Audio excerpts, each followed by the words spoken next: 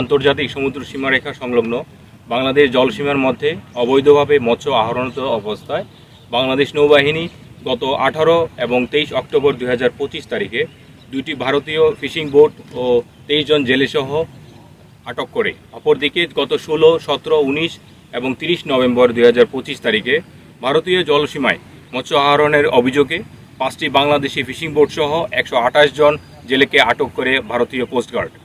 অতঃপর পররাষ্ট্র মন্ত্রণালয়ের উদ্যোগে দ্বিপাক্ষিক সমঝোতার ভিত্তিতে আটক থাকা জেলেদের বন্দি বিনিময়ের সিদ্ধান্ত গৃহীত হয়।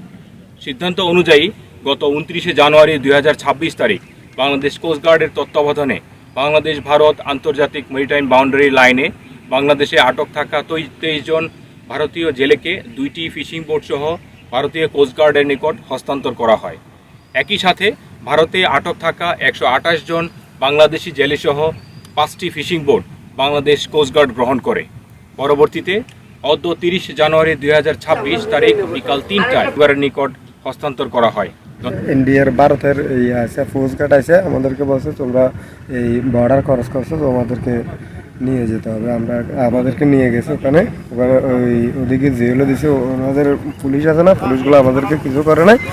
সাগরে মাছ ধরতে গিয়েছিলাম, বর্ডারের কাছাকাছি গিয়ে জাল মারলাম। এখন ইঞ্জিল একটু ট্রাভেল দেওয়ার কারণে বর্ডার ক্রস হয়ে গেল বেশি।